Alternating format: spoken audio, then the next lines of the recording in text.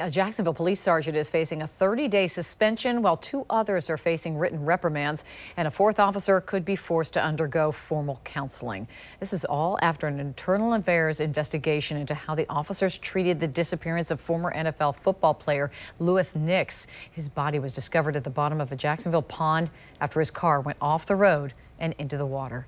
News 4 Jax reporter Eric Avanier is live outside JSO headquarters to explain why the officers are facing disciplinary action. Eric. Yes, internal affairs investigators here at JSO headquarters felt those officers did not properly do their jobs in trying to locate Nix, despite physical evidence that would have suggested that his car was right under their nose. More than 8 months after the body of former NFL player Louis Nix was discovered inside his car at the bottom of this pond, 4 police officers who first responded to the pond days before the discovery are all facing disciplinary action. According to a JSO internal affairs report, the officers failed to request a dive team to search the pond despite physical evidence of a vehicle that had driven through the grass near the water and a witness who called 911 to report seeing headlights in the water. News 4 Jax crime and safety expert Ken Jefferson says those were obvious red flags that could have prevented days of searching for Nix, who was reported missing. You had all these things working together, and it appears that they downplayed it to some degree.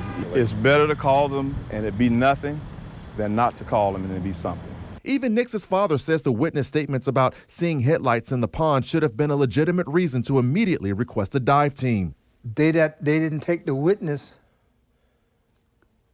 I'm saying they didn't get her no credibility when she found him. Found that he went into the pond. Internal Affairs also ruled the officers violated department body cam policies by either turning on their body cameras too late or turning them off too soon. Jefferson says that gives the appearance of the officers not treating the case seriously. After Nix's body was discovered, an investigation into his death revealed he was driving to be with his girlfriend when his car left the road and went into this pond not far from his girlfriend's apartment. The medical examiner ruled drowning as a cause of death and that Nix had alcohol in his system when he died.